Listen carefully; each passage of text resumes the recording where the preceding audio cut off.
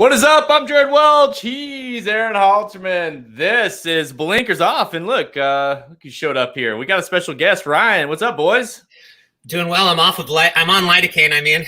I'm back from my last appearance here. I'm ready to rock. Been sweating. We've got Ryan on for a little special segment that we're gonna get into a little bit later. We got him on for another thing too. We got a couple surprises we're gonna use Ryan for.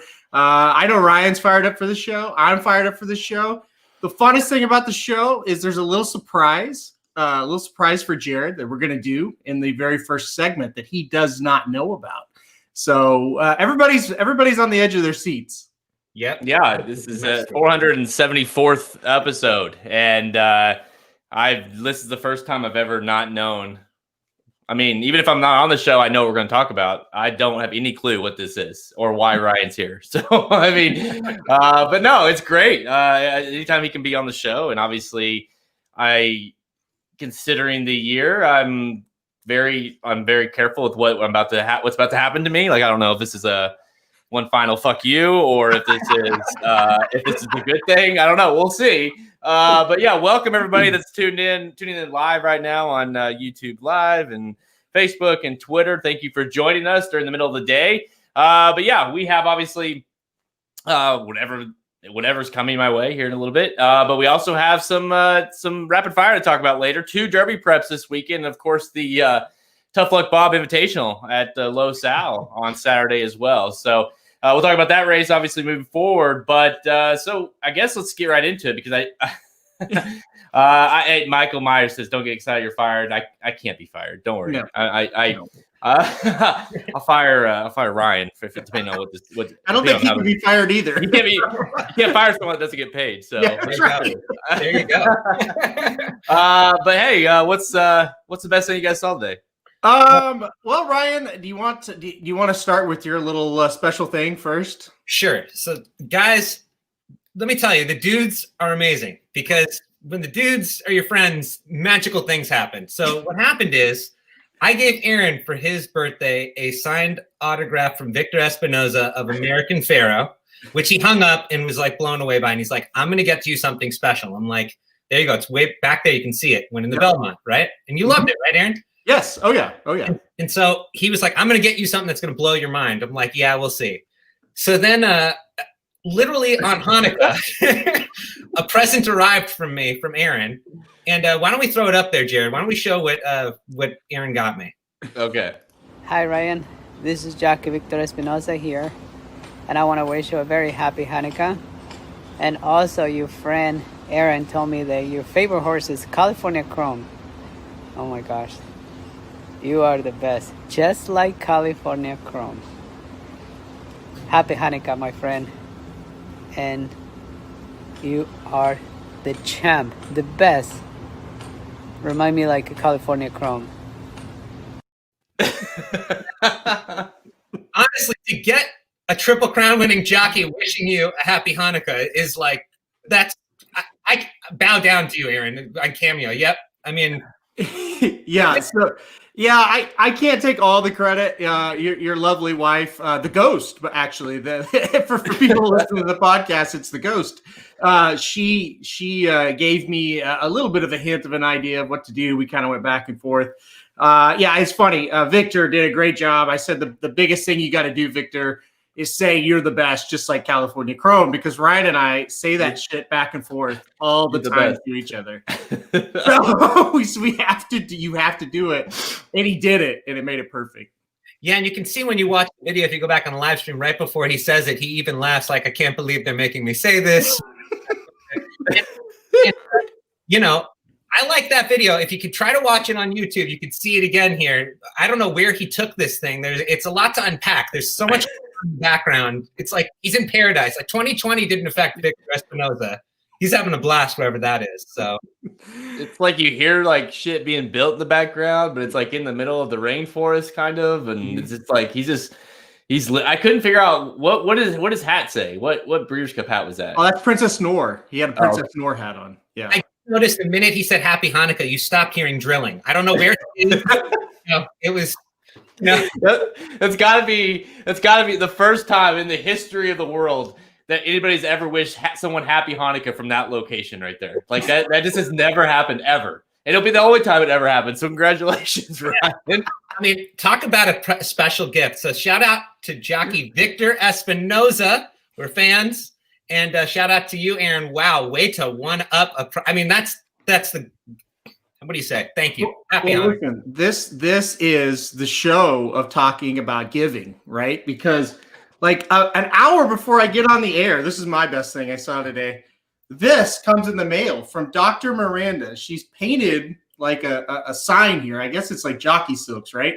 But she paints them in the colors of the St. Louis Blues, which is like, wow, very heartfelt. That's my favorite team. Put the H on there for Halterman. So Dr. Miranda, a huge shout out for the sign. And listen, she even wrote a note to me. Well, no, that's between me and my diary. You guys don't get to see that.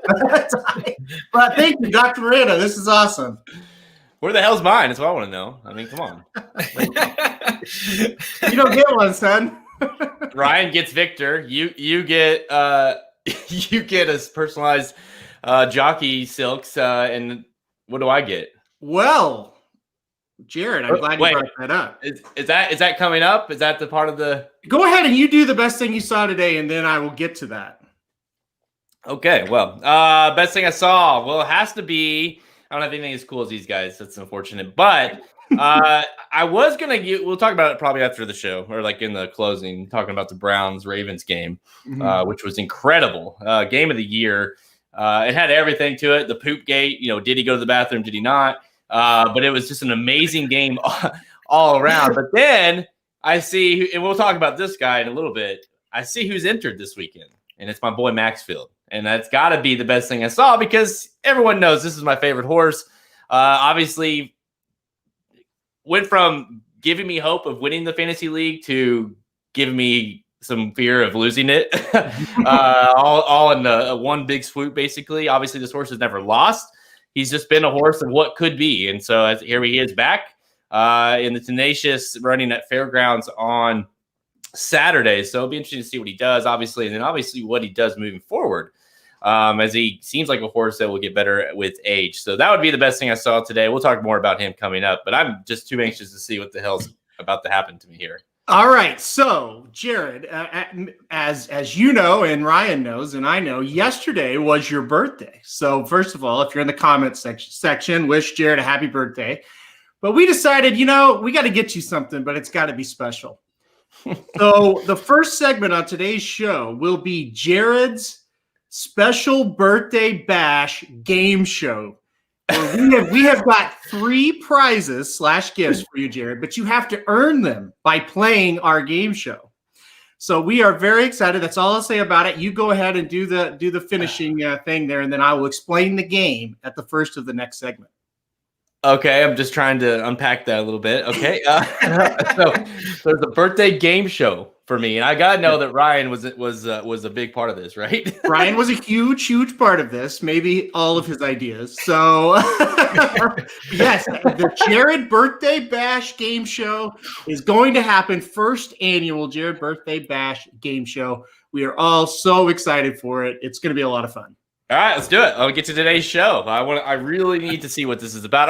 All right, we know what it is. Aaron and Ryan apparently giving me a special holiday / birthday surprise, and we'll get to rapid fire after that as we look at some of the stakes action at Fairgrounds, Gulfstream Park, Los Alamitos, and Remington Park, including 2 Kentucky Derby prep races. Let's go. There you go. Cat's out of the bag, Jared. Yeah. You thought we didn't get you any gifts? Birthday. Well, I still don't know what those are. I don't. 1, can I win them? And 2, what the hell are they? So you can definitely win them. You can. Okay. It's your birthday bash. We're not going to make this impossible for you. I don't even know what to say here. This is thanks. We'll see how it goes. All right. I'll let one of you guys bring it in because I don't even know what this is about. So no, I can bring it in and for the next segment and take it away. So you don't want me to just go on right now? Just whenever you're ready, just count it down and do it. 3, 2, 1. All right. The first annual Jared Birthday Bash game show. That's right. So here's the deal. I've got 3 envelopes in my hands right now. These are 3 different gifts that Jared can earn, but he first must pass 3 levels. If you pass the first level, you get the first gift. The second level, second gift. The last level, you get the third gift. The gifts get better as we go on. So the stakes will be raised with each round. You get 3 questions per round. If you hit 2 of the 3 questions, you win the round and you win the prize and you get to go on to the next round. So very simple, right? Very I very mean, simple. what are these like current events? What kind of topics? Well, each round has a different topic.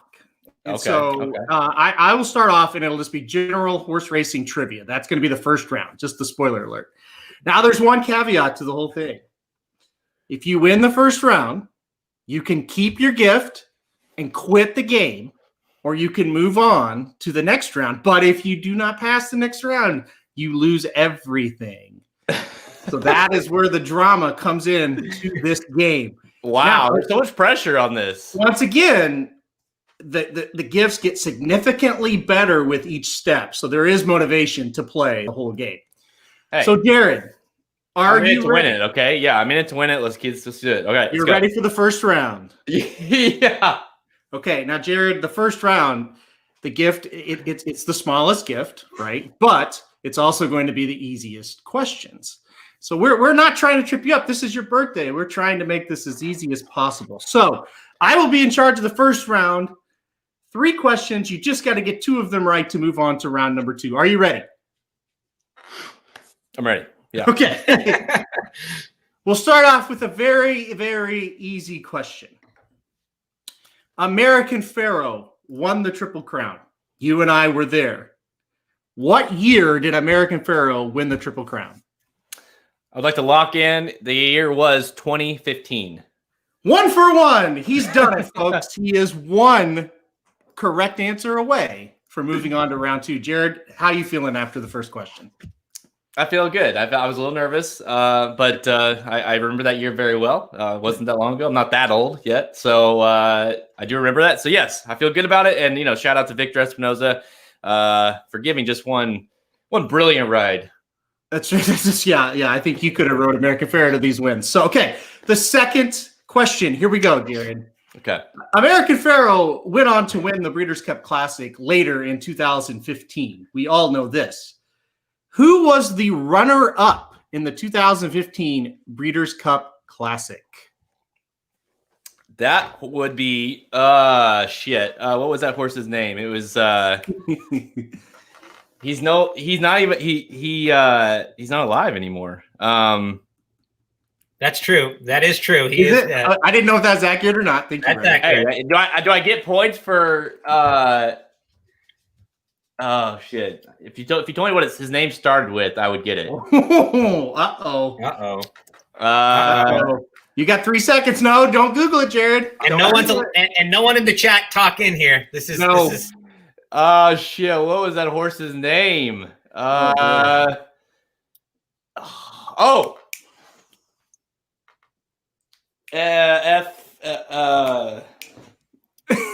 and X. You got it. Hey. Yes. Oh, that is amazing. And that horse, yeah, I think he passed away, didn't he? So I didn't. Way to be a downer on the game show. I'm sorry. I don't think I would have came up with that question if I knew that fact. So sorry, but yes, F and X was right. Jared, you have moved on to round number 2. Jared, here it is. This is That's it. All right, what is it? Get for your first gift. It's a 12-pack of Truly. Oh, yes. Truly for Jared. He's done it. The hard seltzer. I love it. Thank you. I will definitely. That's the gift that keeps on giving. So I love it. Now, here is the question. Yeah, keep going. Keep going. Well, hold on. Are you sure? Hold on, Jared. Hold on. Sorry. Now, that's a good prize. I mean, honestly, who knows if the next one's any good? That's a good one to me. If you miss, if you do not pass the second round, you lose this. Well, listen, judging off of that prize, it feels like that's a little bit tailored to me. So I feel like I'm excited to see what other gifts might be tailored towards me. So I will continue on. Okay. Jared is going to round 2. Ryan will be in charge of round 2. Ryan, take it away. All right, let's start with this. It's time to play. What the did that horseman say? All right. Yes. I love this game. Now, Jared, you know the deal. This is what the bleep. You're going to have to answer 3 what the bleeps. Oh, gosh. You're hard. And I'm going to actually help you here because I love you, man. And I want you to have a chance at your birthday. So we're going to let Aaron play alongside you because he honestly hasn't heard these. And I think you're going to need some help. So are you ready to play? You're going to have to answer 3 what the bleeps. We bleep out a word that a horseman said, and it's going to sound dirty, but you have to guess what the word is. Yeah, these are always like a coin flip. I feel like getting these right. So I'm a little nervous about this one. Well, let's give it a shot. You ready for question 1? All right. Here we are. I just told my exercise rider, Jay, that let her do what she wants. I said, get her into it and then on her and let her do what she wants. And she did. Okay. All right. Let's hit it again. I just told my exercise rider, Jay, that let her do what she wants. I said, get her into it and then on her and let her do what she wants. And she did. One more time, or you feel like you could take some guesses there? One more time. I just told my exercise rider, Jay, that let her do what she wants. I said, get her into it and then on her and let her do what she wants. And she did. Ooh. That could be a lot of things, I feel like.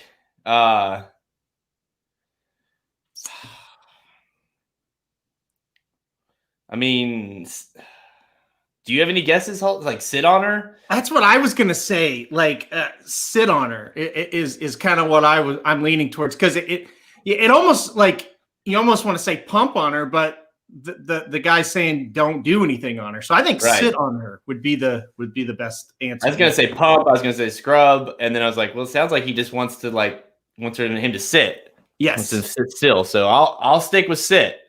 We're gonna lock it in. All right. Ready? Mm-hmm.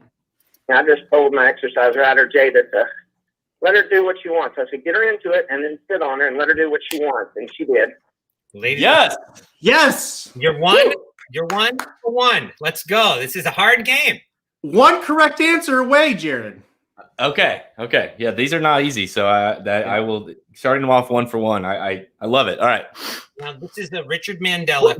By the way, this is like people don't like this game inside the game show is pretty spectacular. I'm not gonna lie. Like this is one of my favorite games of all time, and now it's part of the Jared birthday bash game show. I mean, come on. So all right, let's do it.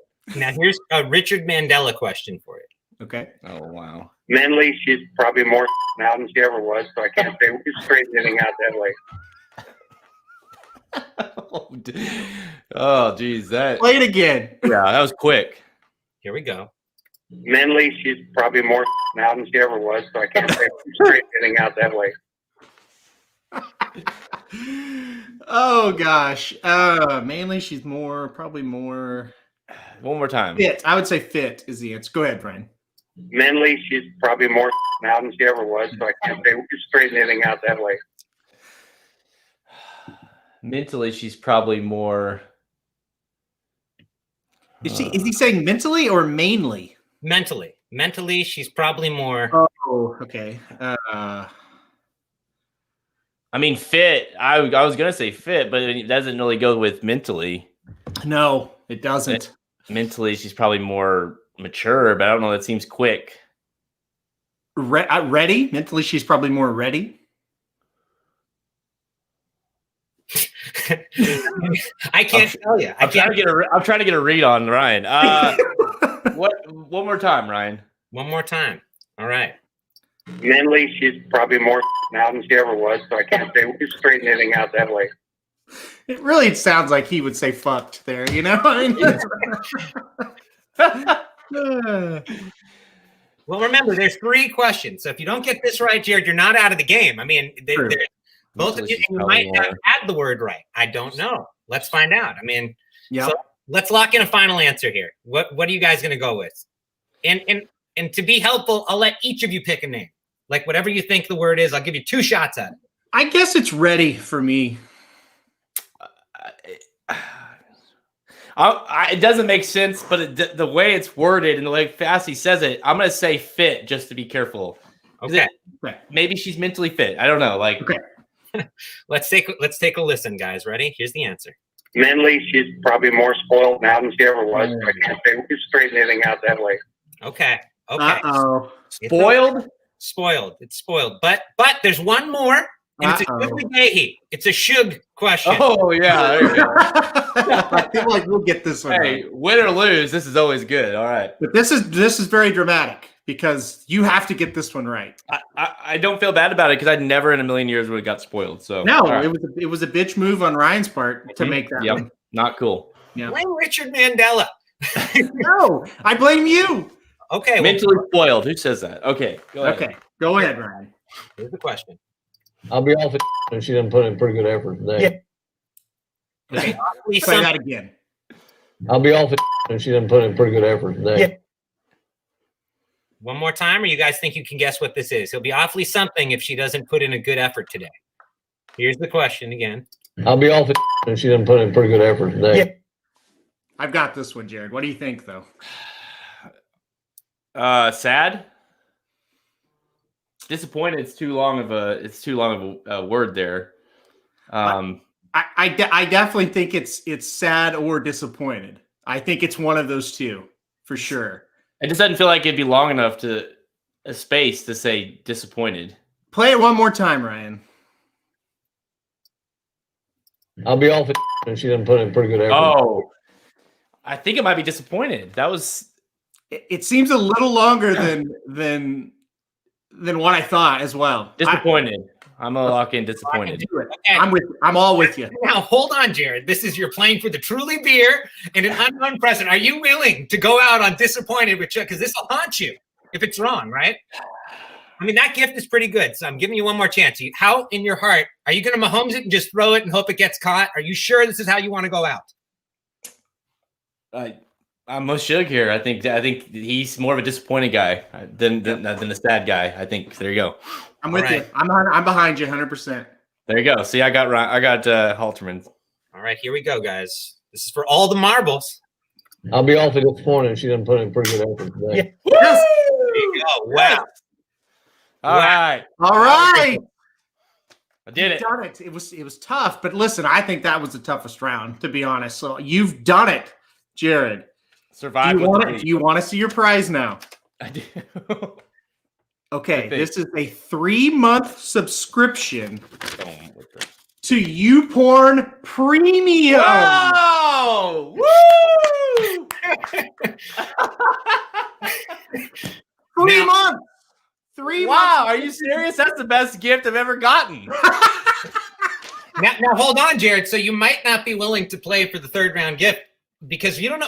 I don't want your answer yet. I just want to let you know. Now that's a kind of sneaky good gift because it's the kind of gift a lot of people want but aren't willing to purchase. So it's purchased for you. Who purchased it, by the way? Ryan definitely did. Definitely did. So here's the deal. So you've got the Truly. Do I have to share the credentials with you? No. We have our own. Okay. Oh shit! So let's recap. Let's recap what you got here. You got the Truly beer, and you got the YouPorn. Now, Jared, you might be saying I'll walk away because that's a pretty good deal. But what do you think, Aaron? Should we give him a look at what the third prize is before we get an answer if he's going to walk or not? Well, let's discuss for a second. We are very confident that the third prize is even better than the second. Okay, so we'll start with that. So let's just ask him. Let's just ask him before we try to bribe him to go on to the third one. Do you want to go on to the third game? May I ask what the cash value is of that second prize? I don't know, honestly. I would look it up, but I'm afraid it might lock up my computer. I think it's like $30. I think it's like $9.99 a month. So okay, so $30 item a second. It's got to be bigger than that. I would, if it'll help, I would say this is maybe like triple the cash value, maybe.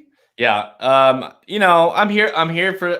Listen, I'm here for the big prize. I'm here to win it all. I didn't show up to. I didn't even know I was showing up for anything, to be honest. But I'm not showing up for a second here, so let's just keep it going. I think the people want me to keep going here. So Yes, I do. All right. I like it. I think this is great.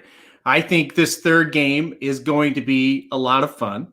And so one little surprise, as you have now said, you are moving on to the third game. Another surprise. Okay. We have a guest that will handle the third round. So let's welcome in the guest right now. Oh, shit. Magic to the What show. the fuck is this? Okay. I got no shot now. This guy's got it out for me. Magic, what is the subject matter of the third game? Well, it's Jared's favorite podcast, The Magic Mike Show Trivia. If Oh, you listen to a third of a fourth of the episodes that we do, and we're coming up on 230 pretty soon, these are questions that any listener would know off the top of their. I mean, Michael Myers is here; he'd be able to sweep this round drunk and high at the same time. I just lost it all. Well, I just lost it all. I've got no shot. I've listened to like 3 episodes my whole life, so I don't. Okay, is Michael allowed to help me on the chat here? Okay, so the rule with this one is you get one lifeline, only one. How many questions are there? 3 There's again? 3 questions. You've got to get 2 right. There's 3 questions. You got to get 2 right. You get one lifeline. Oh gosh, I'm gonna text Samich. Oh, he's watching. He's watching, bud. Don't worry. Now, before we go on, Jared, would you like to know what you're playing for as extra motivation? For sure. Yeah. Really? Okay. Yeah, Ryan, let's hear it. do you think I this think is it might help allowed? me focus. I think we have to let him know, and I think the audience wants to know what exactly Jared's playing for. Okay. This is a year subscription to Tinder Gold. Oh man! Oh. Woo! Okay. All right. Okay. Look at he's standing up. Okay. This has got real, folks. Okay. So here we go. This gets serious now. Holy shit! Why don't I listen to this show? Okay. Come on, Samich. I will share any photos I get using Tinder Gold if you just help me, please. Okay. All right, let's do it. Let's do it. I don't think that's going to help Mike out too much, but I'm sure he appreciates the offer. How about Michael Myers? I'll take anyone that wants to help me out. I'll share what. Okay. Oh, There you go. what is that? Is that a butt or boobs? It's the number 3, but Tinder Gold, baby. That's what it's all about. All right, Magic, take it away. All right, so Jared, you know our logo. It's for our logo that you helped design. Mike and I wanted to pay homage to the Racing Dudes logo, where it's your 2 heads and Zenyatta, a horse that was very influential on you guys. Mike and I, obviously, the Magic Mike Show playing up the male stripper angle. We put a horse in the middle that also was important to us at the time. That has nothing to do with this question. My question for you actually is, man, I was like, I helped design that. I know the answer to that one. which 2 jockeys' names does Mike Samich always mix up when he talks about them? Oh, well, shit. I'm not going to know that. Now, I'll help you. It's top tier jockeys. These are big name jockeys. It's not like we're asking you for like the Los Al Bush. Like he mixes them up. Like he like if it was Aaron and Ryan, he would say Ryan Halterman, Aaron Stillman on the show. While you think about it, let's talk about what the Tinder Premium subscription would get. Now this is I know what it gets. Though. Okay. I don't know. Okay, so no pressure. Just, but also I feel like when you add that combined with the Truly and the U-porn, you could have that's a wonderful. It is. It's a wonderful man's package. Yeah. Man's package. Yeah, man. All right, Jared. I'm reading some of these comments. The French connection so much helps me, which helps a little bit. We're all pulling for you, Jared. We want you to have a good birthday. Is it Flo and would it be Flo and Le Peru? Florent Le Peru, would he say that? Just so that you know, I'm not trying to royally screw you here. I did text the answers to Aaron and Ryan, so I'm not going to make up a different answer just to screw you. It's just so you know. This is true. Not that it helps you any, but. Oh boy. Trying to think too. You guys talk a lot about Gulfstream. Oh gosh. I think listen. There's two more. If you get it wrong, right? I think go for a flyer. This is a just go for it. Let's give it a shot here. Just throw it out there. Oh gosh. It'd be. I'm gonna throw one up against the wall here. How about Flavian and Flo? Holy shit, he got it. Nice. Holy shit. Oh. Yep. It's all about the gold. Listen, now I'll tell you why I thought that is because, I was like, well, Flavian, obviously you guys do a ton of West Coast stuff. So like you're talking a lot. So I was like, okay, that would make sense. And Flo, obviously, like he's probably the most, well-known French jockey. So I just basically threw him in. So there you go. Boom. All right. Very impressive. I'm going to start listening, I think, after this. Guys, he's one away. He has 2 chances. He is 1 away. Now I have a question. Do you need some more motivation? Okay. What's that? Because I think I can motivate this guy to even get the next one right. Because I have an idea for you, Jared. We discussed it because Curtis said he would go in on this present with you. We're going to get, so we're willing to, if you want, you could pick if you want it to be a Bumble Gold or a Tinder Gold. You get to pick. If you get all 3, you get to pick. You get to pick which subscription you want the premium to. If you get all 3. Well, are you willing to play for all 3, or you're just going to say, hey, I could just 2 out of 3 and the best thing I can do? The women on Tinder are a little bit looser, so Magic, go to the second one, please. Second question, and this will actually help you out a little bit because you have a 1 in 3 chance of getting this right. Okay. So, you guys very nicely sent a lot of us these very nice golf polos, very premium, very comfortable, really nice polos, and we try to wear them on the show each week. There are 3 colors there. We've been amazingly good about not wearing the same color ever. It just happens. We never coordinate it. It just happens that we show up wearing the different colors. Great. I know the answer. I'll do this already. Aaron, I told you this was too easy for me. Well, what's the answer? So the question is, you've probably know where this is going. Son of a bitch, yeah. Wore the same color. We wore the same color one time, and the color was gray. Episode. Thank you very much. Okay. Okay. This is amazing. This is amazing. He's Gold. got it right. It's right here, Tinder Gold. When it comes to online dating, he's Rain Man. Yeah. He wouldn't have known this before that present was thrown at him. If you asked him a question an hour ago, he's like, I don't know. I don't watch that show. I don't care. Suddenly, he knows their social security numbers, mother's maiden names. I mean, the guy, wow. This is a truly incredible human experiment that we've done with human nature right here on the show. So here's the deal. You won. It's over. You've won. But let's get the third one, and we'll give you a month of whatever the Bumble premium is if you get the third one right. That'll just be your bonus for how good you've done. First of all, can we just Truly's? Yeah. What was it? YouPorn? And Tinder Gold. I mean, just Christmas came early for me. It's funny. Christmas is going to come more than once for you, I think. Yeah, it's going to be coming the whole year. So it's funny because Ryan and I talked about what should we do, and within a minute, we knew the 3 gifts. We knew the levels. We knew each one how to structure me so well. So okay. Well, let him answer the question first. Let him answer this question too, though. You got to answer because you say you know it. Crazier things have happened. So, What is the answer to the question, Jared? What are you talking about? What? I haven't asked the question yet. Yeah, he didn't answer it. I was going to say, no, did he say the polo colors? Yeah. Okay, he said great. Okay, sorry. I was laughing too hard that this guy suddenly knew this. I missed it. All right, fine. Go. No, but normally I listen. I every time we travel, I listen to the Magic Mike because I need something to listen to on the plane or in the car or whatever.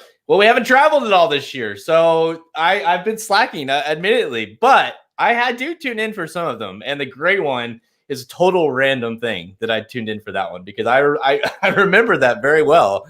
Okay, anyways, go ahead. Third question. Man, I really thought that was going to be the one that tripped you up too. Yeah. All right, final question. I had like a Rain Man light bulb moment whenever you started to ask that question. I was just like, I know it. Okay, go ahead. Which sire's name does Mike repeat as a whisper after he says it out loud? And when you answer, you have to whisper it. Violence. Rain Man. Rain Man. What a success! Man, I know what I'm doing tonight. The first ever Jared birthday bash game show. He knocks it out of the park. A total home run. He won a prize we weren't even willing to give him. I mean, it's unbelievable. I don't even have a printout for it. This is one of the greatest segments in Blinkers Off history, by the way. What an idea. Thank you so much. I'm just honored to be a part of this show, of this game show. You know that. And by the way, I was gonna say, like, you talked about.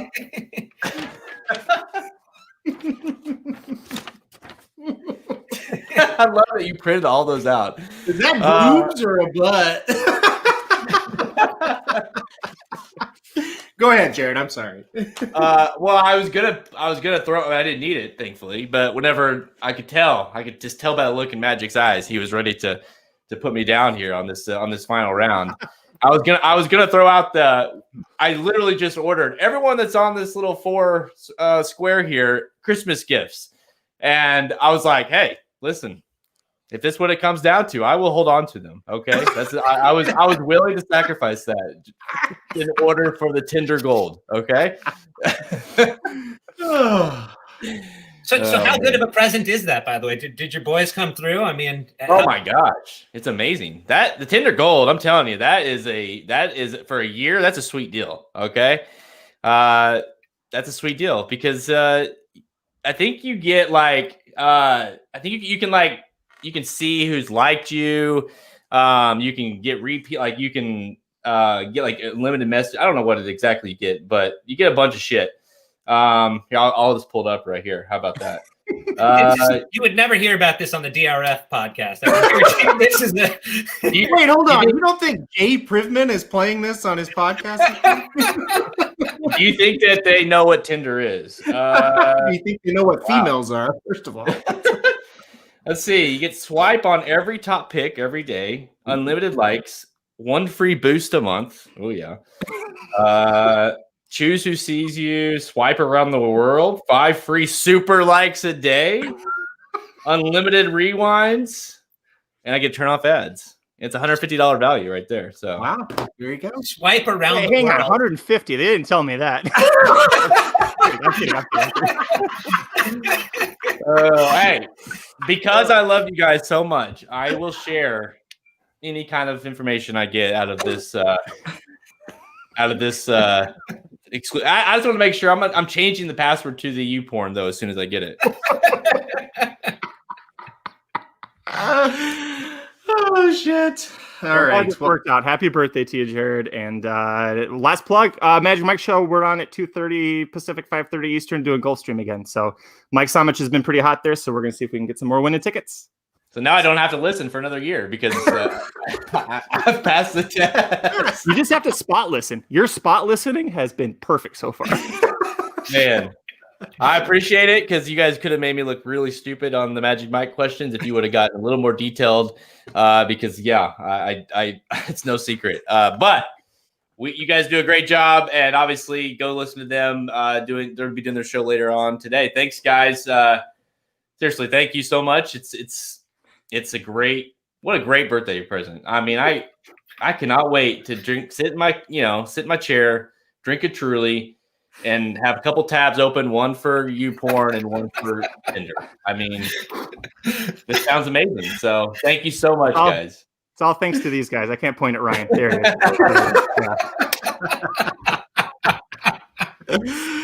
is. Oh, all right. Okay. Wow, dude. I mean, who would Thank you. Seriously, that was amazing. I'd never in a million years, like, who dreamt up this game show? It was mostly Ryan, and then what happens when Ryan and I create something? He creates 95% of it, and I just throw in something randomly. And he goes, "Okay, yeah, we'll make that work." So. But that last part brought it together, Aaron, because it was all horse racing related. It was amazing. And the game was amazing, and I mean, yeah, joking aside, obviously, but like the prizes were spot on. I mean. Well, that was Aaron's genius. He was like, it's like a man kit. It's like a kit. Like if you added them all together, but Aaron, even you were just like a maestro in there. You were like, you made him wait to find out what the prize was till after the, I mean, it was amazing, man. Listen, I've watched or listened to a lot of Howard Stern, and I know how he plays his stupid games, and they're classic. So I channel my inner Howard. Obviously not as good as him, but just the way he structures the games and kind of tries to keep it dramatic. So all credit to Howard Stern, one of my proteges, for the help with that one. I got to tell you, I felt a little bit like who is it? Like Frank the Tank off of whenever they're doing the questions, at the end. Like I don't even know how I got gray shirt, but it just like it just came to my mind. Like I think it's gray. It's gray. I know it's gray, and I have no idea how I remember that, but I do. So. That was out of this world, Jared. And to see your reaction when it was told it was going to be Magic Mike questions was probably that's what we wanted that. That was the whole thing of it, of you're really confident and then you see Curtis and it's like, uh-oh. Yeah. Dude, that was spot on. It was spot because as soon as I saw him, that little bastard, I knew. I was like, he's going to totally try to ruin me here. So that was great. I'm more surprised that I got the first one. That was just a total shot in the dark. So he's back. live look at Magic testing out the YouPorn subscription. So oh, okay. Well, I don't know how I'm supposed to get focused here on Gulfstream. Are you still recording this live for the pod? I was like, I mean, we're on the live feed here, but I mean, we're not for the actual pod. No, it won't be. No. This part Well, then I'll leave now because no one, unless you want to hear my picks for the Bob Baffert Invitational. Happy birthday, Jared. Oh man, thank you, Ryan. Seriously, that was amazing. Good work, See you, Ryan. Wow. Oh, you guys totally outdid yourselves here. Yeah, now you've got to refocus. We got Gulfstream going on. So. I'm already a winner on this podcast, so I really don't even care if my picks are right or wrong here. I mean, how do I redeem my prizes? Do you know? Yes, I will tell you off air. Don't give the passwords out right now, please. Okay. Right. We have that planned out. Yeah. So that's just between you and me on that part. Okay. Understood. Okay. Wow. Okay. Well, let's get to. We got a rapid fire. Got to pull it together, Jared. We're gonna rapid fire. We're gonna do Springboard Mile, which is a Derby prep on Friday. We're gonna have 3 races on Saturday. The one with Maxfield at Fairgrounds, the Mr. Prospector at Gulfstream Park, and the Los Alpha Charity, aka the Tough Luck Bob Invitational at Los Al. That's race 4 on that day for it's a Derby prep as well. All right, let's. I mean, okay. All right, here we go. Got to get serious. Let me pull this up here. Okay, so we got to talk about these shitty 3 or 2-year-olds, I guess. All right. All right, 3, 2, 1. Time for rapid fire, presented by Tender Gold. That's right, Tender Gold is sponsoring this. I don't know, they might as well. I'm so pumped about this new found prize I have. It might be YouPorn after this. I don't know. We'll see, or it might be Truly. But all those prizes belong to be sponsored on this part of the show. I mean, hell, we've giving them all kinds of exposure earlier on the show. I was gonna say Racing Dudes Premium, but let's be honest, that's probably fourth on the list. Between I know it is for me. But no, thank you so much for everyone that tuned in for that. That was hilarious. Thank you guys, Alterman and Ryan and Magic, for putting that on. But yeah, check out racingdudes.com. I'm trying to pull it together here because I'm still a little shocked, and my adrenaline's kind of high on after that very intense show. But no, Racing Dudes Premium, check them out. Check us out at racingdudes.com on the products page. We have the Malibu guide coming out next week, so that's going to be actually the Malibu is shaping up to be one hell of a big final race of the year. And it's shaping up to be amazing. So you got to go check out the Racing Dudes. And if you're a subscriber, you get those wagering guides for free. All right. 4 stakes races we're going to cover here, including 2 Derby preps. And we'll kick it off with the first one on Friday. That's right. Friday at Remington Park, race 12, the Remington Springboard Mile. It's where $200K is for 2-year-olds going 1 mile. Field of 11 shows up for this one. It's kind of an interesting field because your 2 shortest prices here, Outador for Wesley Ward and Cohen, not my Cohen, with the C Cohen, the 4-1, both horses from the Breeders' Cup, both turf horses, but yet they have the class of the field. So are you kind of leaning that direction? And who's your pick? Yeah, isn't it kind of strange? Like, name 2 horses 2 weeks ago that you would have said would have been in this race. Outador and Cohen would not have been 2 horses I would have thought would even be in the Springboard Mile. So I'll start off with that. It's just very odd to see these 2 in. And Outador 3-1 and probably should be. I mean, you look at the speed figures, and this horse seems to be faster than everybody else in this race. One little problem. He faded badly at a mile. Well, I guess not badly, but he faded at a mile his first time stretching out last time out. And oh, by the way, he's never touched the dirt in a race. So obviously a couple of issues for a horse that's 3-1. I'm going to play Outador. Cohen, sorry to the real Cohen. I did throw Cohen out, but I went to the rail with the number 1 Senior Buscador, 15-1 on the morning line.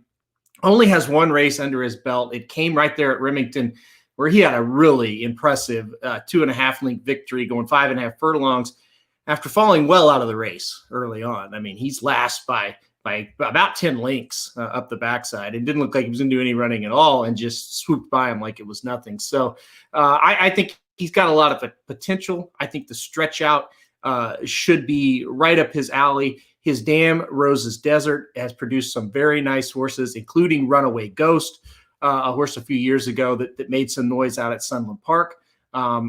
So, yeah, I think he has a lot of upside. And, I don't think we'll get 15-1, but I do think we'll get a pretty decent price. So I'm gonna start off the pod here with taking a swing with number 1, Senior Buscador. Yeah, this is this is a tricky race because, again, like I mentioned, you don't have you have some stars, so to speak, but they're turf horses, and as you know, this is a race that maybe necessarily doesn't always produce the biggest, horse. Sometimes it's produced some, but I mean, as far as horse, you're looking for a horse right now that can win this race. And I don't know, Cohen, I'm with you. I obviously love the name, but just the fact that the horse started on dirt and then it went to turf, that tells you, obviously, and the horse has been better on turf, so it's why go back to dirt other than it's kind of just oh, well, you might as well run him one time and see if he's very good on the, comes back to the dirt. Okay. Outador to me is the one that's super interesting because it's he's not just, he's a stakes winner at Kentucky Downs, and then he goes and runs a really, good third. Like you said, he did fade, but he got beat by Battleground and Fire at Will. Fire at Will was a little shocking, but Battleground, a very good horse, obviously, for Aiden O'Brien. Finishes third in the Grade 1 Breeders' Cup race. There's nothing to be ashamed of. And now they're going to the dirt, which that to me was very interesting. So, listen, I'm gonna take a swing and pick him here just because I think his talent alone is better than anyone in the field. It's a matter if he can get the distance, and obviously if he takes to the dirt, a lot of ifs. So that's why I'm gonna play a few in here. I also liked Brad Cox, the Joe Fraser. That's an interesting horse, I think. Getting Lasix for the first time, which obviously is a very big boost for this guy. When this trainer puts Lasix on, he hits at 33%. So I think this horse could be a big time. I know he faded last time out at Churchill Downs. But listen, I mean, this is a horse who obviously it's Brad Cox. Like, I mean, just saying, he adds the Lasix and whatever else he's adding. And Brad Cox, it can be very tough, you know, in these kind of situations. But Out of Door for me, I think this horse is very interesting here. I like your pick as well from a pace, you know, kind of a pace meltdown standpoint. He's the one that I feel like could be picking up the pieces. Obviously, Bred, like you said, this distance should not be an issue. What is your take on this race? I mean, like I kind of mentioned, you know, this isn't a race necessarily that's producing a ton of, you know, we've seen it in the past. It's very rare that you might get some horses that try to make a move as far as into the Derby trail. But how much of like stock are you putting into this race, or is it really just like, this is a Derby prep, obviously 10-4-2-1 for your top 4 finishers, but do you take much stock into these horses moving forward? No, not at this moment. I think if Altador really takes to the dirt and just flies and airs this field, and obviously he becomes a player. But the rest of these, it's kind of like maybe I'd heard of them, but I didn't even think they were considering this race, you know? Like I was watching the night that my top pick won, and I didn't think about, okay, he'll go to the springboard after this. You know, I was there at Remington when number 1 dude won his last race. I didn't think anything about the springboard. It's an Oklahoma bred, you know, I just didn't think anything of it. I know every horse in this field, you know, these locals, I know almost better than the shippers. And I just never had a thought that some of these would run in it. So at this moment, no, I don't take anybody too serious here. I would be shocked if any of these horses go in the first couple of rounds of our draft coming up next week. But somebody could surprise, you know, here. I mean, Altador certainly has a lot of talent. And so if he can, you know, I mean, his pedigree seems like he should be able to run on the dirt a little bit. I mean, Outwork was a dirt horse. So, you know, it's not out of the questions, but we'll see. At this time, though, no. I think that's why I ended up landing on him, because I just thought you wouldn't have watched the Breeders' Cup Juvenile Turf and been like, oh man, Altador next time in go to dirt in a Derby prep, and I like him a lot there. You know, you're like, why would you ever say that? Yeah. You know, so to me, the fact that they're making that move is like, okay, well, what does that mean? You know, like why would they even choose to do that? So how about the 11? I like the 11 a little bit of price. Like obviously a Broberg horse, and you know, you didn't fare so well. You got beat by your horse on debut, but then went to Delta and really ran a really big race, stretching out a little bit longer, 6.5 furlongs into Mischief horse. Maybe that horse at the price could do something. Well, I'm glad you brought up the 11, because quick story on him. I watched his race at Delta Downs on November 24th. I was watching because of him and because of a horse named Bluegrass Pharaoh for Steve Asmussen, and Flash of Mischief looked like a monster in this race. I actually made a note. It's like, hey, Delta Downs winner, but this horse looks like he could win, you know, a bigger race next time out. Did it so easily. And I was kind of ready to pick him, but then, you know, he shows up here with Senor Buscador and he blew the doors off of him. So if I'm sitting here going, I think the 11's pretty darn good, and here's this horse sitting here that just beat him easily. Yeah. You know, it led me to the 1. So yeah, I'm with you though. I think Flash of Mischief is one you definitely should respect in this spot. You know, Dennis Trusty says thoughts on Ward with blinkers off. I think it's more interesting instead of the turf to dirt. I agree. I think there's a lot of interesting things with Altador here. Obviously, the blinkers off, getting Lasix first time, the turf to dirt. I mean, there's it's kind of weird, right? There's so many changes, and you could either use that as a pro in a sense. Well, he could be a completely different horse, or gosh, there's so many different, you know, things are changing with him here. Can I really trust that he's going to get it done? It's definitely, it would be very ballsy to not use Altador on anything, you know, because he oozes class compared to the rest of this field. So it's almost theoretically, he doesn't have to run his best race to win here. So to me, he's a must use. And yes, a ton of changes, but it's not like they're really evenly matched. Like you throw all these horses on his surface, he's 1-9. You know, so yeah. Yeah. But I would have, but overall, I mean, that's my Altador is my pick, but I would have a hard time, no matter what I see really in this race, being like, okay, that's a horse, in a mile race. We've seen it. I mean, shoplifted. I mean, shit. I mean, we've seen it before. You got to be careful with these that they might look like they're going to be pretty decent, and they just aren't. I mean, it's just tough to kind of find that horse at this stage going a mile and let them kind of develop and as legit Derby contenders. So, but for this race, I'm on Altador. I thought the best horse, and he got hurt, and that he never was the same. But I thought that Gravitos, who won here the first year, it was a points race. I thought he was a horse that could go do some things. That was a bummer. You remember I drafted him, and that was just he didn't show up again. Of course, he was part of the fires, and then he didn't show up until the. What's that race called? The Lexington, wasn't it? The Lexington? Yeah. And he's just, it was a long. It had been a long layoff, But he never came back as the same horse. Yeah. Yeah, he was good. He was legit, I think. Yeah, he won it from that outside post, and he dominated. And I thought, oh man, this is a nice horse, but yeah, not to be. All right, let's move on to my boy Maxfield. All right, 3, 2, 1. All right, let's move to the next day, Saturday. Let's go to Fairgrounds for the Tenacious Stakes. It's race 13 for $75K for 3-year-olds and up. Going to mile 16, you might be thinking, why the hell are they talking about a $75,000 race at Fairgrounds? Well, number 6, 8-5 morning line favorite Maxfield finally makes his return. This horse, one of his many returns, it feels like.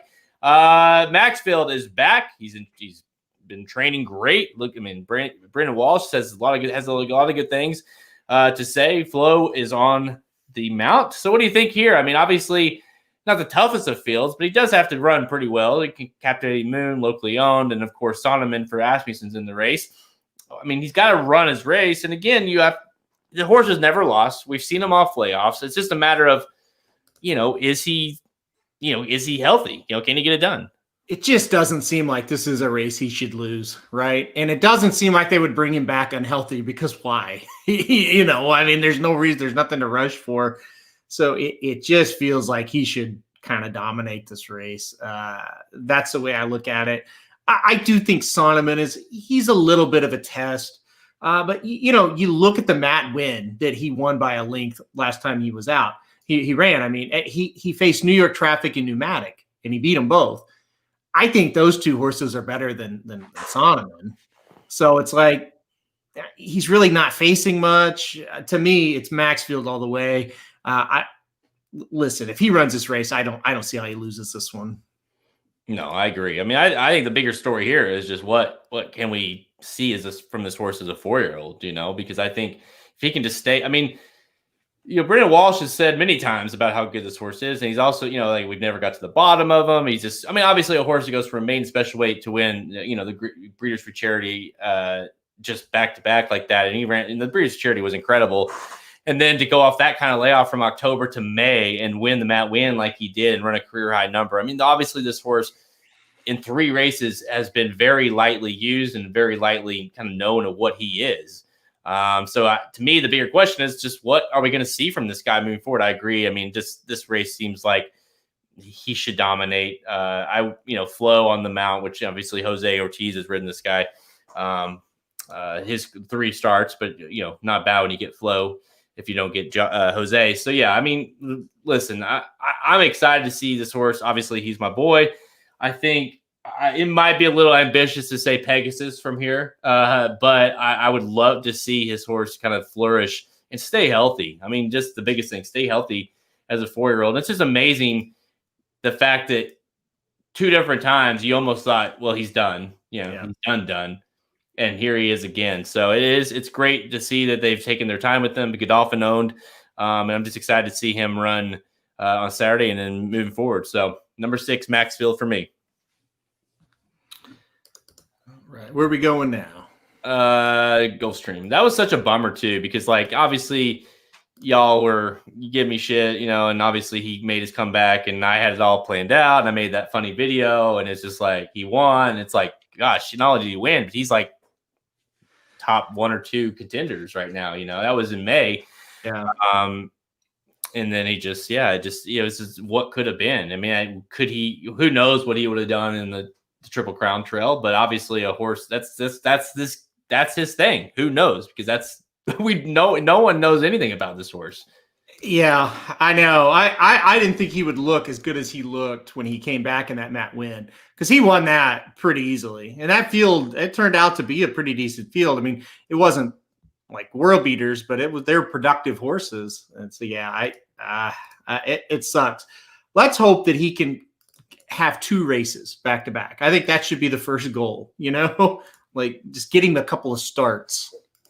They obviously, Brendan Walsh isn't gonna, like, he's very careful with how he trains, but do you think say he runs like we think he should? I mean, do you think there's a situation that we'll see him in the Pegasus? I think it's possible. I mean, I can remember they said we're going to the Bluegrass after the Matt win. It's so weird to say that, but it was. And that's kind of, hey, a prep, and we're going to throw him into a tough race. Obviously, this is even tougher, the Pegasus, but I don't know. I bet they go conservative, maybe run him in that Louisiana series on the undercards of the Kentucky Derby races. That's my guess. Yeah, I guess the fear would be that you go too fast too soon and then you lose them again, and instead of trying to prolong his 4-year-old year and to basically get him to the Classic, right? I guess there's 2 schools of thoughts, and it kind of depends on what they know about him. If he's gonna go downhill no matter what, then maybe we try for big races as quick as we can, knowing that, hey, we're not going to have him very long anyway.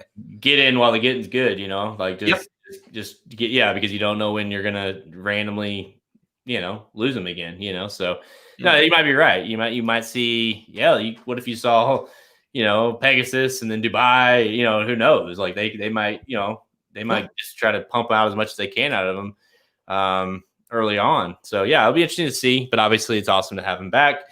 And just because I think as we kind of are losing a lot of these older horses right now, just it's nice to see he's still one of those that could be anything, we just don't know enough about him. And obviously the sky's the limit because he's been unbelievable when he has been on the track. So yeah, no, for sure. I like that he's with Walsh. I mean, that's kind of what I was getting at. It's like Walsh is not going to just enter him to enter like some other people would. So right. Yeah, exactly. He's going to enter him if he thinks he can win. So. Right. Yeah. All right. 3, 2, 1. All right, let's go to Gulfstream Park, race 10, the Mr. Prospector Stakes, grade 3 with 100K, going 7 furlongs. A big field here, a field of 12 lines up for this one. Ferenz Fire at 5-2, 3-1 a Diamond Oops. That horse really burned a lot of us in the Breeders' Cup. What do you think of this field? I mean, it's definitely a tough one to handicap. 12 horses going 7 furlongs at Gulfstream Park. I mean, are you willing to forgive Diamond Oops after that last effort? I know you love Sleepy Eyes Todd. You get 5-1 on him here. What do you think? This race is like a crazy race, right? Like, I don't know what to think. This is a really, really good race, especially when you think of the fact this is worth $100,000 and you've got a great field. The bad weather at the Cigar Mile kind of gave us a couple of extra horses here that wouldn't have been here, like Ferenz Fire, who's the favorite. I'm going against Ferenz Fire. I'm going against Diamond Oops. I do think that's one you have to play on tickets, though. I'm really intrigued by number 4, Heichel. I think Heichel is just a really interesting horse here. First time out with Todd Pletcher. I think that's intriguing to see what happens there. Coming off a long layoff. But, man, when this horse was right as a 3-year-old, he really showed a lot of talent. And I think, he's the type that's going to sit back. He's going to make one run. And I see a lot of speed in here. So I think it's going to set up pretty well for him.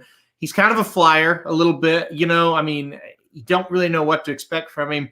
But it's kind of a race where I can just see a middle type of price win. And I think he makes the most sense out of that category. So I think Heichel with Todd Pletcher and also Luis Saez gets aboard. I think that's significant too. So a lot of positives for him. So I put him on top.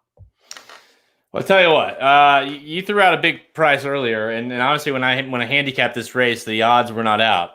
I'm just now looking at these odds, and I've got one of the higher prices in the field. So, listen, it's one of those races to me that most importantly, Diamond Noob, so you can't trust him. You can't trust him. The horse loves Gulfstream Park. 8 starts at Gulfstream Park, 5 wins. Listen, I think you got to play him because he can make you look bad if you try to beat him. Sleepy Eyes Todd, I almost pulled the trigger on that horse. Has been pretty damn good.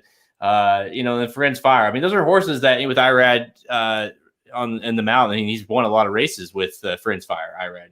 So, yeah, I mean, those horses make sense. And if they win, I wouldn't be surprised. But listen, Heichel is interesting to me at 6-1. But how about let's go for 20-1? What do you think? Number 6, Last Judgment, a horse that might be getting into his best running ever. Now with Mike Maker, who comes off the claim and now he throws him in here. That to me was a weird sign, but a good sign because Mike Maker isn't running a horse for no reason.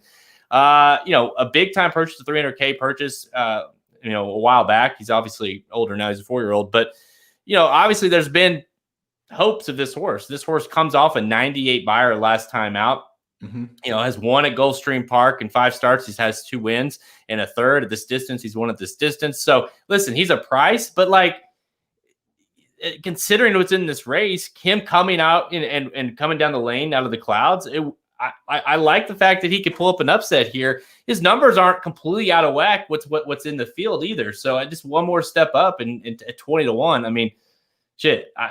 The fact that would it be that shocking to see a Mike Maker crank him up on the second, on his next start, the first off the claim? It wouldn't be that shocking. So Mike Maker is very good off the claim. And obviously when he has a horse like this at this price, it's getting kind of no love. I've hit horses with Maker before like this. So to me, he deserves to be in the conversation. And again, I don't like enough of these horses, the lower prices. So I'm going to take a shot. And I definitely didn't think it'd be 20-1, but number 6, Last Judgment for me. I want to know what your thoughts are because I almost asked you and I was like, you know what? I'll just see what he thinks. Yeah, I definitely considered this horse for a while because I didn't want to play the favorite. So I took a lot of looks at longer prices. I think the thing with this one that made me shy away is he didn't get a better jockey. And that's really not a knock on Vasquez, who I think is pretty decent, but it's just, for a grade 3 race at Gulfstream, you've got a lot of other guys you could choose from, So say he claimed one for 5,000 and he put it up to 20,000 and Vasquez was aboard. Well, okay. But, the competition's pretty stiff here. So I thought that was the only negative, but listen, I think, I definitely has a shot. Maker off the claim. I mean, I'm never going to talk anybody off a horse like that. So I think it's a good pick. And again, I think a long shot's going to win this race. Yeah, it's definitely one of those races to me that I just wouldn't have any confidence picking, as far as on top, Diamond Oops or something, could he win? Sure. He should win, honestly. But again, it's just, he's been too disappointing. And Friends horses like Friends Fire at 5-2 and Diamond Oops at 3-1, they're just too, you can't trust them enough, and I'd rather play a huge price and hopefully get an upset than put my confidence in one of those horses. So that's why I leaned on my big upset of the day. I'll be interested to see what these guys on the Magic Mike show do, right? I guess I might have to listen again to see. That feels like a Samich horse maybe. So we'll see. But I'm on number 6, Last Judgment. Yeah, you have to listen. Man, Dennis likes both of our horses. That's bad. I mean, I see. I don't know. I mean, I think I'm not going to be surprised no matter who wins, I guess is the right way to say it. Yeah, and I think there's opportunities when you feel that way about races, you don't like. I don't know, when you feel like a race is that wide open, well, I mean, why not? Absolutely. I would, especially if you're playing your pick 4s and stuff, don't let some of these other horses beat you. But shit, throw in the 20-1s, throw in the 15, the 10-1s, whatever, because if you feel like it's that wide open, because it really is. I mean, it's it's a grade 3, but shit, I mean, it's not like it's a major graded stakes race. No, not at all. All right, let's go to the Tough Luck Bob Invitational here, the Los Alfie Charity. Oh man, I was so flustered. I had been forgetting to add these too. So that's great. Right. This will be interesting. Bob Baffert has won this freaking race 6 years in a row. 6 years in a row. 6 years in a row, folks. It can't. I mean, I have a fun little stat about that. I'll save it for the live version. All right. 3, 2, 1. And finally, let's go to Los Alamitos on Saturday, race 4. It's the Los Alfie Charity. It's a grade 2. It's also known as the Tough Luck Bob Invitational. Worth $200K for 2-year-olds going 1/1/16 miles. A field of 6 lines up for this one. It is worth Kentucky Derby points, 10, 4, 2, 1 for your top 4 finishers. And make no mistake, this is one of the more important races of the whole year when it comes to these Derby prospects. You look at who's ran in this race, who's won this race. Bob Baffert has won this race 6 years. 6 years in a row. That's why it is called the Tough Luck Bob Invitational. But listen, you look at some of these horses that have won this race in years past. You've got, let's kick it off with, well, let's go back to Pioneer Nile, looking at Lucky, Coming to the Top, Liaison, Violence, Shared Belief, Dortmund. Now here's where the streak begins for Bob Baffert. Dortmund, More Spirit, Mastery, McKinsey, Improbable, 1,000 Words. The interesting part about this is that all those horses I just mentioned came into the race as maybe, if not the Baffert horse, one of the Baffert horses, coming in off wins, have been very high thought of horses, and then enter this year. And I think this is the interesting part. Spielberg for Bob Baffert is this horse, and he's 5-2. It's going to be the first time likely that he's not going to go off the favorite in a race of his career. So I guess my question is, and we'll kind of, this is an interesting conversation, I think, because what do you do with Spielberg? Because history shows us that Bob Baffert brings in his best horses into this race to win. But Spielberg has been anything but his best horse in his, he's obviously $1 million purchase, a very highly thought of horse, but he's just disappointed. So what do you do with Spielberg? I can't pick Spielberg here. I just can't, and like he's gonna be a short price because of all you just mentioned, and I just can't. I can't put him on top. I just think he is just horrible, So I think he's a defensive use because it's Baffert, and you kind of have to. But I just don't like him at all. I went to Red Flag, after that because Red Flag, he won the Bob Hope last time out, and he dominated. Spielberg. So it's like, how can you just go back to Spielberg now? So I went to him. I thought about him for a while. I don't really care for him much either. I went with the number 2 horse, Petruccio. Is that how you're going to say that one? Sounds. I'll accept it. Yes. Yeah. Mike Smith is jumped on him last time out and won at Del Mar, going a mile on the turf, which that's questionable now that he's back on the dirt. He has 2 races on the dirt. He finished 3rd both times, but they were sprints. I think this horse, maybe the stretch out is what helped him. So first at Del Mar last time out over the turf, now gets back to the dirt. Mandela knows what he's doing. Mike Smith is not going to ride some idiot here, So I kind of think this is the horse with the most upside in the race. It's certainly not the horse that's shown the most so far, but I'm just trying to find anybody but Red Flag and Spielberg, and so I landed on the 2. I think, I don't think this is a very good race. I'm not taking a lot of these horses serious coming out of this. Which is interesting, right? Because it's like I just rattled off all those names. I mean, you talk about obviously 1,000 Words was the top horse for him at that point. He kind of faded and he kind of came back, and Improbable. I mean, obviously McKinsey, obviously Mastery, if not getting hurt. I mean, that horse probably would have won the Kentucky Derby. More Spirit at this time was very well thought of. Dortmund, obviously, people kind of forget about this, but Dortmund was the horse before American Pharaoh kind of made his returned back to the track. You know, it was a Dortmund versus American Pharoah thing. Who's better for the Bob Baffert barn? And then shared belief, obviously, with his injuries, could never quite make it as a 3-year-old. But at that time, was very highly thought of for a Holdorfer. So I guess the point is this race has shown so much history to us as far as who comes out of this race you need to pay attention to, you know? And it's interesting because you look at a horse, like you said, with Red Flag, and even if he wins, I'm like, I don't know, you know, he doesn't seem like he's bred to go very far. And then Spielberg obviously is impeccably bred. He's the horse that you would want, but he just hasn't shown anything yet, you know, and he's frustrating. Listen, I hate it. I hate this as much as I hate about what I'm about to say, but it's Bob Baffert, and he gets Pratt to ride. What is it? As Samich call him Florent Pratt. Yeah, Florent Pratt. He gets Florent Pratt to ride. I don't know. Like, to me, you can't go against 6 years of history, and in my mind, I kept going back to why is he in this race? Why Bob? Like, I think after 6 years, Bob Baffert wants to win this race again. Like, he wants to keep winning it. He's not gonna. He expects to win. So why would he run him here? I mean, is that really the best option he's got? You know, like I don't know. Like, I feel like Life is Good would run here if he thought he really wanted. You know what I mean? If he really needed to win this race to continue that streak.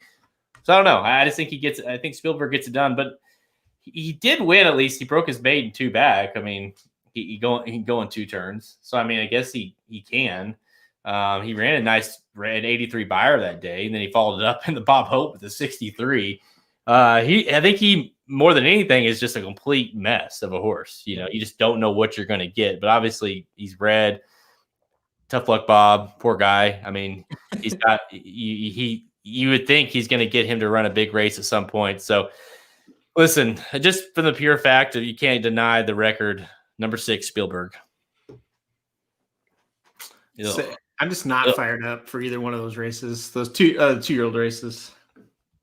Yeah, man, it's weird because usually you're coming into this race thinking, okay, who's the Baffert monster I need to know or whatever, you know, and it's just not, because that list is just amazing. It's the who's, you know. Into Mischief won this race, you know, so but way back, and obviously is the sire for is sire for which one is it? It's one of those, isn't it? The one I picked. Yeah, there you go. Yeah.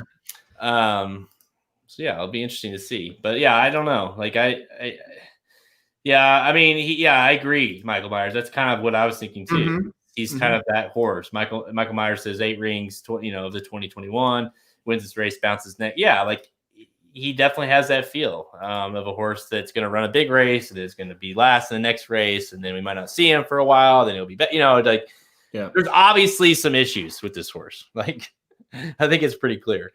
He's not very good, being the biggest one. That always hurts when you're not very good. Right. It's hard to win races when you're not very good. All right, 3, 2, 1.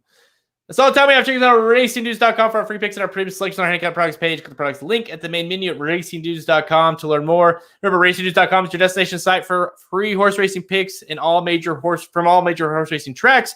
We're on Twitter at RacerStoreDudes, Instagram and Facebook. Listen to SoundCloud, iTunes, Google Play Music, Stitcher, even the website at racingdudes.com. Remember to go check out the Magic Mike show. What are they doing? The late pick 4 at Gulfstream Park. So go check them out. Obviously, thanks for Magic and Ryan for being on here earlier. I mean, just a true all-star moment of the blinkers off history right there.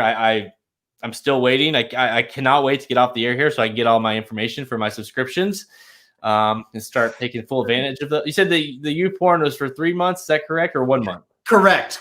The U-Porn is for 3 months, and the Tinder Gold is for a year. Perfect. Yes. Wow, full year. I knew age 35 was going to be the best year of my life, and you know what? Day 1 day 2, I guess, of that, it's already shaping up to be that way. I mean, yep. Tinder Gold and U-Porn. Good Lord. All right. Next, the only thing I'm missing is my jockey silks from Dr. Miranda. That's really all I'm missing. Only me. It does look pretty good, though. I'll give her that. She did a hell of a job. Yeah, no doubt. Man, and the Blues unis are just spot on there. So absolutely. I mean, this is. I got to text her as soon as we get off the air here. Oh, you beat me to it. Oh no! Oh no! I did it again. There you go. Yeah. Yeah. It's gonna be a good year, Hulkster.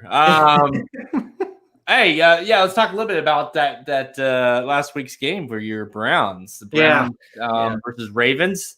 I mean, I know obviously we talked about this on the show last week and how important that game was, and I know even though you lost, I think there's not much to take negative out of that. I think that was an incredible game, and to me, the way they fought, I wish they could have stopped the run a little more. I'm sure you do too, but man, Baker and the offense really looked good late in that game. They definitely proved a lot in the game, so that is the positive. And the thing I take from it is they just cannot stop Lamar Jackson. They're one of the few teams this year that can't. They couldn't stop him the first game, and they couldn't stop him, Monday night, and they didn't stop him at all last year at any point. So I don't know what it is. They just can't. They can't stop him. They can't stop that offense, and it's not just him. It's like they ran the ball over him with the backs too. So yeah, it was disappointing.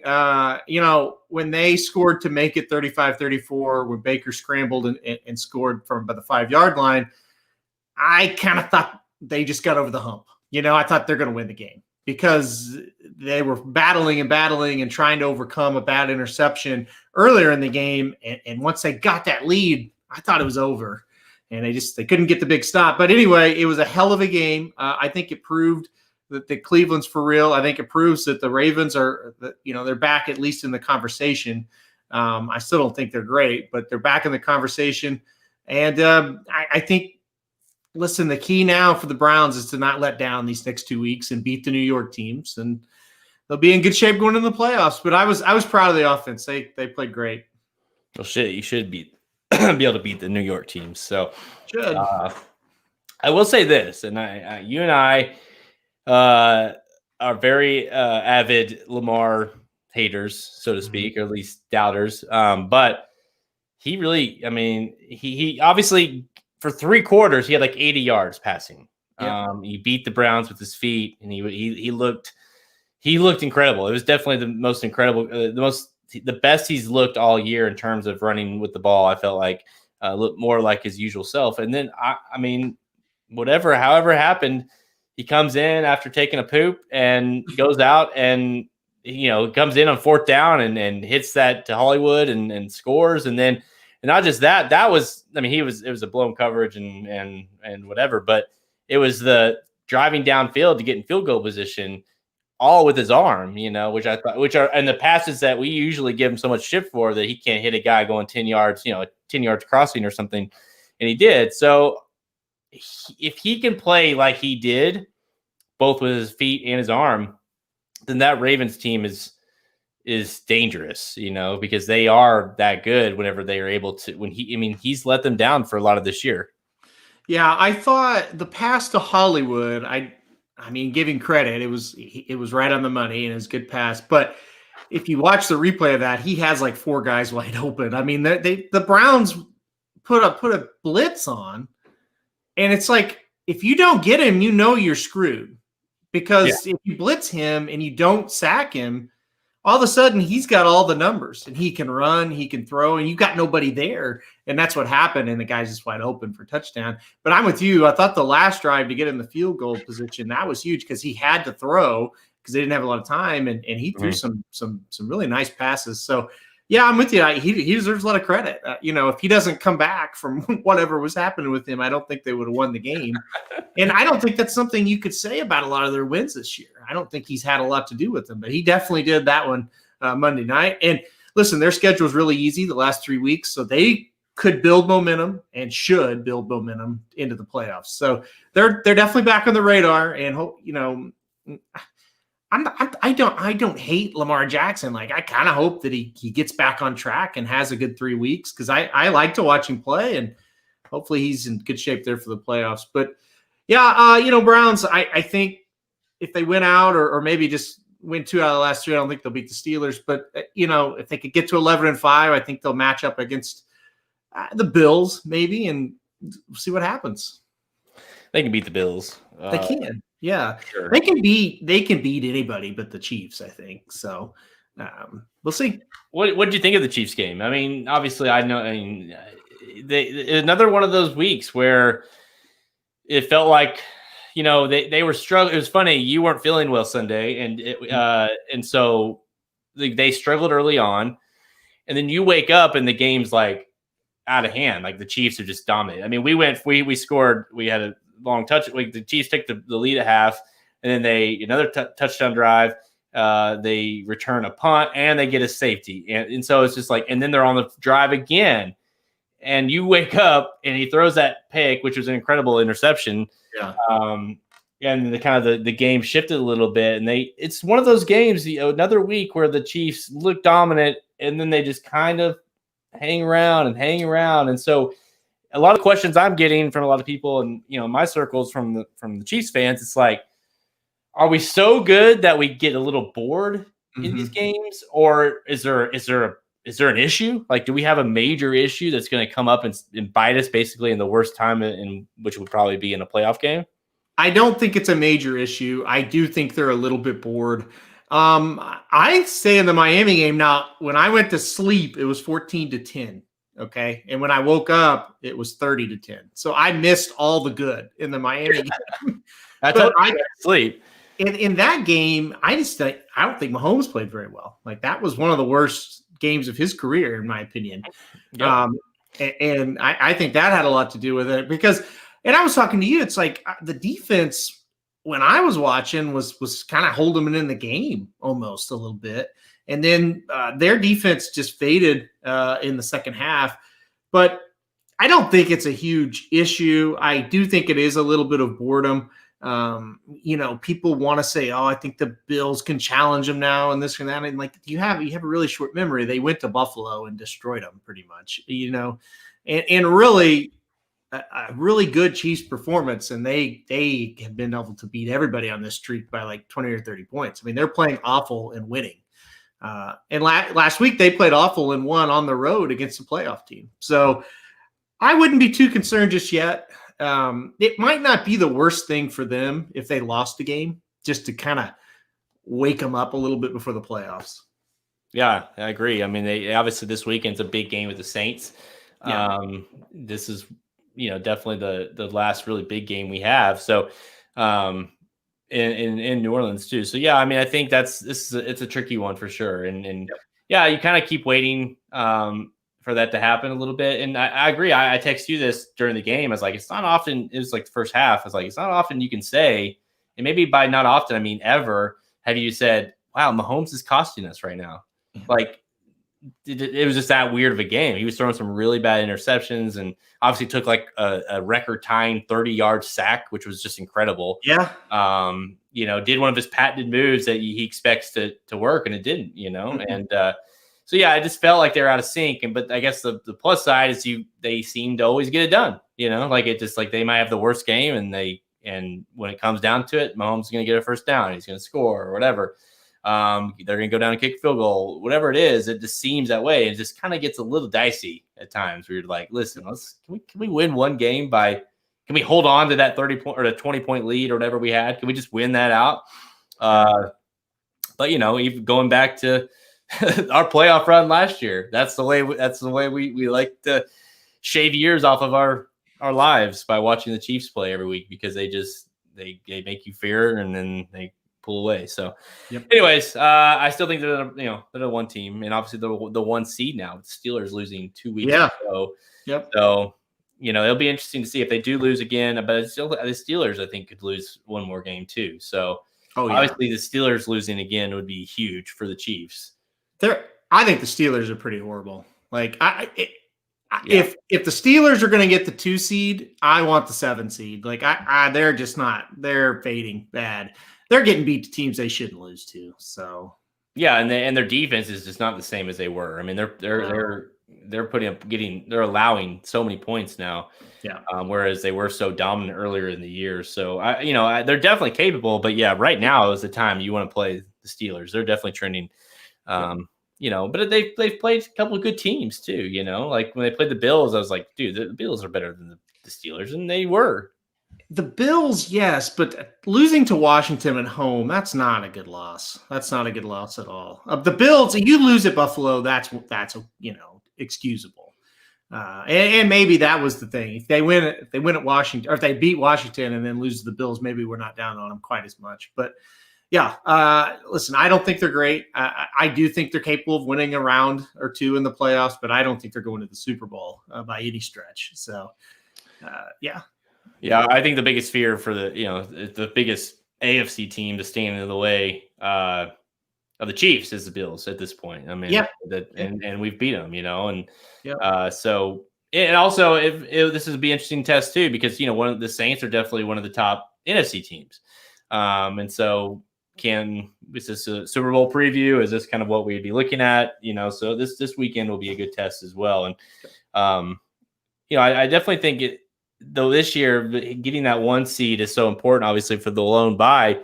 But also, I think with these division races and the being that way, you're going to have these games all the way up until week 17 that are going to mean something. You know, so you're not going to get a lot of these. Well, we set our guys in this week 17, and we got a week. We get the first round bye. So we have 2 weeks basically of rest. Like, this is going to be, I think it's just like going to be a big time push for a lot of these teams going into the playoffs. So that makes it a little different this year, but definitely think the Chiefs be interesting to see if the Chiefs and Browns matched up. I don't know how this podcast would go. It could. I mean, that could happen. I still don't think I would bet on the Browns to win a playoff game. I don't think they're there yet. But it could happen. I mean, if the Browns win in the first round, I would call it likely that they would play the Chiefs because they're going to be a lower seed. Right. So, yeah, I mean, unless they were to win out, and then they would be the top wild card. And then it's still a good chance. As long as there's no upsets, they would still play the Chiefs in the first round. So it definitely could happen. And I don't think that would be pretty for the Browns. But listen, when you're a Browns fan, just making the playoffs would be huge. And same for the Cardinals. I'm a Cardinal fan too, and they're in the last playoff spot right now. So just making the playoffs, that's kind of your first goal, and then go on from there. But I think the Browns are I think I can officially sit here and call them a good team. I mean, I think they're good. Yeah, I do. I mean, I think it's amazing what they've. No, I think the coach. I text you. During the game, I was like, listen, I love the way this guy plays, like calls plays. Like he's aggressive. He's creative. He's found a way to get the most out of Baker. Yeah. By what he's capable, what he's capable of, you know what I mean? Yep. I love it, and does it make you wonder too? Like, is there any, like, are you guys as Browns fans, are you kind of like, yeah, we probably don't need it. We don't need OBJ. Like, I've never thought they needed them to begin with. Seems like they play better without him. I think he's extremely. No, I'm not going to say that. I just think for whatever reason there's no chemistry between OBJ and Baker. Yeah, and I don't know why. Because when you look at him and Jarvis Landry, they're 100% in sync. They have been from day one. There's just no chemistry between OBJ and Baker. I don't know whose fault it is. Unless they're lying, they both say they love each other. There is no drama that people want to make it. And I realize why they want to make it, because there has to be some explanation. Right. If you believe the two people, there isn't a problem between the two. They just aren't in sync. And Baker, when OBJ is on the field, is not good at all. He got to playing better when OBJ got hurt. He was better in his first year when OBJ was not there. I can't explain it. It kind of feels like when he's on the field that Baker feels like he has to force feed him as much as he can. Yeah, but even when he's wide open, he can't hit him. Have you ever noticed that? Oh, I know. Yeah. The play that OBJ got hurt on, he's running down the sidelines wide open, and Baker throws it like 5 yards behind him, and it's an interception, and he has to go run and make a tackle because it got intercepted. But when you watch Baker and he's throwing to like scrub receivers like Higgins and Peoples going down the field. He hits them right on stride. I don't get it, you know? Yeah, I don't know. But I definitely think, you try to get something out of him or something and move on, I do too. Because I just am never, you want it to be there. Yeah. It just isn't there, and It's not. for whatever reason. I mean, it's like if Eli can make this guy look good, it's like, I mean, I realize Baker's not like a top tier guy, but he's still very good. And it's like, can you not? I think comparing him to Eli Manning isn't a stretch. I'd say they're similar. Mm-hmm. It doesn't make any sense. If he's in Baltimore and Lamar can't get him the ball, and you're like, well, he's just not a good fit for Baltimore's offense. Like, he has trouble throwing the ball. But I mean, in Cleveland, he should be dominating, especially when they've got a running game that's going to give him some one-on-one matchups. So, I know. I don't know. I would argue. I don't know if someone may pull these stats, but I have to look, I guess. But I would venture to say, in the time he's been there, that Jarvis has had more 100-yard games than Odell has. Listen, the best pass to Odell this year came from Jarvis Landry. Yeah, right. I know, in the Dallas game, and I'm sitting here as a huge Mayfield fan saying that it's like he just can't throw to Odell. I have no idea. One of the best plays that Odell's made since he's been a Brown was a run this year. Against Dallas. Yes. So, I don't know. Yeah, but somehow, for some reason, Baker's not included in any of that. So it's just a weird deal. But I agree. All right. That wraps it up. Thanks, everybody, for joining us. You're going to want to listen to this show, I feel like, again, once I get this posted. Definitely going to be a fun one to listen to. So I can't wait. Thank you, Halterman and Magic and Ryan, for really an incredible game, and I appreciate you thinking of me. And it was just a fun. I'm glad I won. I cannot wait to redeem my prizes as soon as we get off air. So thank you so much. I'm Jared Welch. He's Aaron Halterman. Good luck this weekend.